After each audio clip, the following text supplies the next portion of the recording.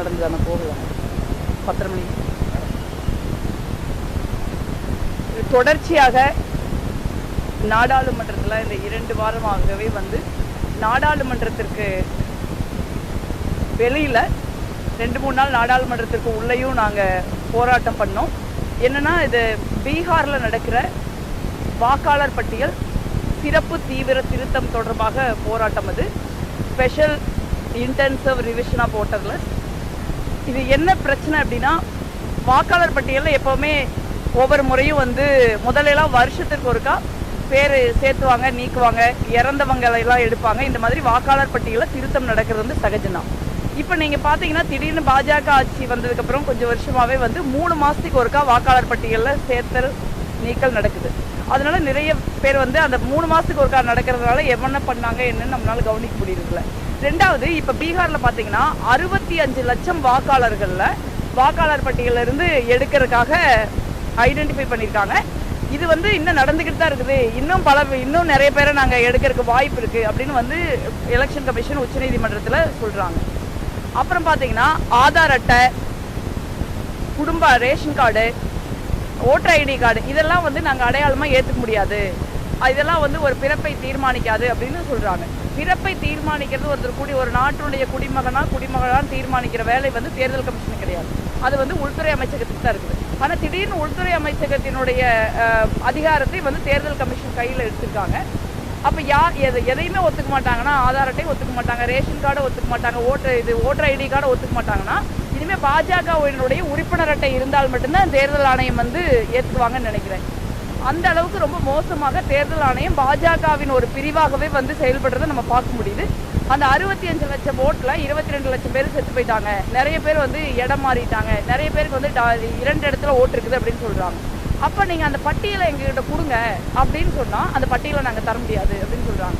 ஒரு நியாயமாக தான் தேர்தல் கமிஷன் பட்டியலை நீக்குது அப்படின்னா, ஒரு வாக்குச்சாவடி வாரியாக அந்த பட்டியலை அரசியல் கட்சிகளுக்கு கொடுக்கறது தான் நியாயம். ஆர்டிஐயில் கூட கொடுக்கலாம். ஆனால் அதை கொடுக்க மாட்டேங்கிறாங்க. இதனால ஒரு தேர்தலில் ஒரு மிகப்பெரிய முறைகேடு நடக்குது. பாஜக பல இடங்களில் கரப்ஷன் பண்ணுறாங்க. முதல் முறையாக உலகிலேயே தேர்தலில் வாக்காளர் பட்டியலில் கரப்ஷன் பண்ணுற ஒரே கட்சி பாரதிய ஜனதா கட்சி தான். இதை இதே நிலைமை போனால் இது பீகாரோட முடியாது. அடுத்து வெஸ்ட் பெங்கால், தமிழ்நாடு, கேரளா, இந்த மாதிரி மிசோரம், இந்த மாதிரி தேர்தல் நடக்கக்கூடிய பல்வேறு மாநிலங்களை நோக்கி இது நகர்ந்து அதற்கப்புறம் எல்லா மாநிலங்களையும் நடத்துவாங்க. இதனோட பின்விளைவு என்ன அப்படின்னு பார்த்தா, நாளைக்கு என்னையோ உங்களையோ யார் வேணாலும் நீங்கள் உங்கள் அட்டையில் வாக்காளர் அட்டை, குடும்ப அட்டை ஒன்றும் செல்லாது, நீங்களாம் இந்திய குடிமகனே அல்ல அப்படின்னு தேர்தல் கமிஷனே சொல்லிடலாம்.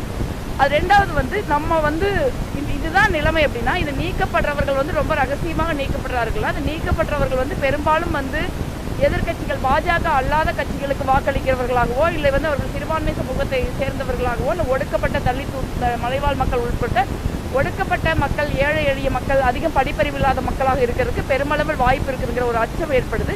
இந்த நிலைமை தான் நீடிக்கும்னா, ராகுல் காந்தி அவர்கள் ஏற்கனவே சொன்னாங்க, மகாராஷ்டிரா உள்ளிட்ட பல்வேறு மாநிலங்களில் உண்மையாக மக்கள் ஓட்டு போட்டு பாஜக ஜெயிக்கல, அவர்கள் தேர்தலை திருடி இருக்கிறார்கள். மகாராஷ்டிரா தேர்தலில் நாங்கள் வாக்குச்சாவடி வாரியாக ஒரு பெரிய டேட்டா வைஸ் இத்தனை நம்பர் இருந்தது, இவ்வளவு 50 லட்சம் வாக்காளர்கள் 5 மாதத்தில் சேர்த்துருக்காங்க.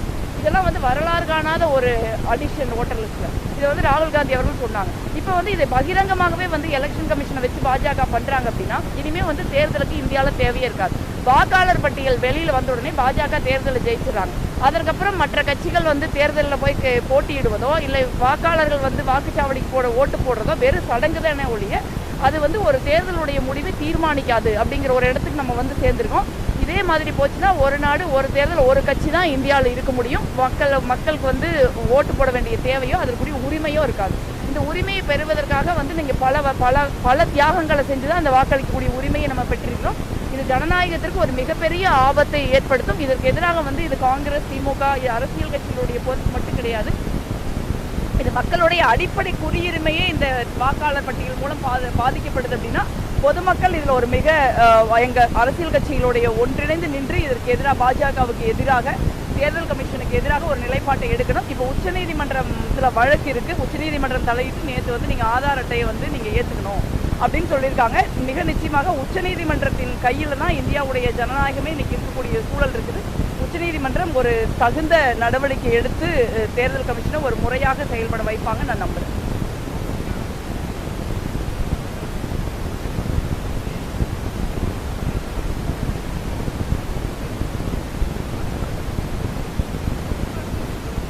இல்லை, எல்லா மாநிலங்களையும் அது அவங்க சொல்றது தான். அவங்க தேசத்திலிருந்து வந்தவங்க இருக்கிறாங்க, நீங்க எடுக்கிறீங்கன்னா அவங்க குடியுரிமை பெற்றவங்க அல்ல நீங்க நினைக்கிறீங்கன்னா அந்த பட்டியலை கொடுங்க, நாங்க போய் வீடு வீட சரி பார்த்துக்கிறோம். நீங்க வந்து நேர்மையான முறையில் தான் இந்த வாக்காளர் பட்டியலை சேர்த்தல் நீக்கல் நடக்குதுன்னா அந்த பட்டியலை ஒரு வெளிப்படையாக வெளியிடுறதுல தேர்தல் கமிஷனுக்கு என்ன பிரச்சனை? அந்த பட்டியலை அவர்கள் வெளியிட மாட்டேன்னு சொல்றதுனால தான் இந்த மாதிரி பிரச்சனைகள் வருது. அவங்க எல்லாருமே வந்து வெளிநாடுகளை சேர்ந்தவர்களாக இருக்கிறதுக்கு வாய்ப்பு இல்லைங்கிறது தான் எங்களோட வாதம். தமிழ்நாட்டிலையும் நீங்க திமுக தலைமையிலான இந்தியா கூட்டணிக்கு வாக்களிக்கவர்களுடைய பெயர்கள் மிக நிச்சயமாக வாக்காளர் பட்டியலில் இருந்து நீக்கப்படக்கூடிய ஒரு சூழல் இருக்கு. ஸோ அந்த நீங்கள் யோசிச்சு பாருங்க, ஒரு வெற்றி தோல்விங்கிறது ஒரு 10,000 5,000 300 30 ஓட்டு 50 ஓட்டுலாம் இருக்கக்கூடிய சூழலில் நீங்கள் ஒரு பூத்துக்கு வந்து 10 ஓட்டு அவங்க நீக்கினா கூட 300 பூத்துக்கு 3000 ஓட்டு நீக்கப்படுதுல்ல. ஸோ அப்போ எளிதாக வந்து வெற்றி தோல்வி தீர்மானிக்கிற ஒரு விஷயமா தேர்தல் கமிஷன் மாறிடுது. தேர்தல் மாறுறது வேற விஷயம். தேர்தல் தான் வெற்றி தோல்வியை தீர்மானிக்கணும். ஆனால் தேர்தல் ஆணையம் வெற்றி தோல்வியை பாஜகவுக்கு சாதகமாக தீர்மானிக்கிறதுங்கிறது ரொம்ப ஆபத்தான விஷயம். அதற்கு எதிராக தான் நாடாளுமன்றத்தில் நாங்கள் ஒரு கடுமையான போராட்டத்தை நடத்திக்கிட்டு இருக்கோம். இப்போ வந்து நீங்கள் இந்த தீவிர வாக்காளர் பட்டியல் திருத்தத்திற்கு அதை பற்றி நாடாளுமன்றத்தில் விவாதிக்கணும்னு நாங்கள் கேட்குறோம். ஆனால் அவங்க நாடாளுமன்றத்தில் விவாதிக்க மறுக்கிறாங்க. இப்போ ஆபரேஷன் சிந்தூர் சம்பந்தமான விவாதம் நாடாளுமன்ற மக்களவையில் நேற்று முடிஞ்சிருக்கு, மாநிலங்களவையில் இன்னைக்கு முடியும்.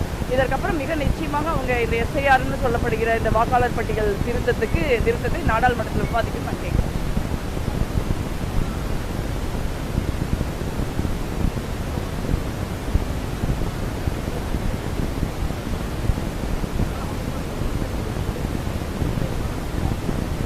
இது ஒரு வெளிப்படையான அமைப்பு, ஒரு வந்து தன்னிச்சையான அமைப்பெல்லாம் அதெல்லாம் காங்கிரஸ் ஆட்சியில் தான் தேர்தல் கமிஷன் வந்து தன்னிச்சையான அமைப்பாக இருந்தது. இன்னைக்கு வந்து தேர்தல் தேதிகளை பாஜக ஐடிவிங் அனௌன்ஸ் பண்ணதெல்லாம் நம்ம பார்த்துருக்கோம். எந்த மாநிலத்தில் தேர்தல் நடக்குது முதல்ல பாஜக ஐடிவிங் அனௌன்ஸ் பண்ணது, அதுக்கப்புறம் தான் தேர்தல் கமிஷன் அனௌன்ஸ் பண்ணுறாங்க. இப்போ பாரதிய ஜனதா கட்சியும் தேர்தல் ஆணையமும் பிரிக்க முடியாத ஒரு இடத்துல வந்து நிற்கிறாங்க.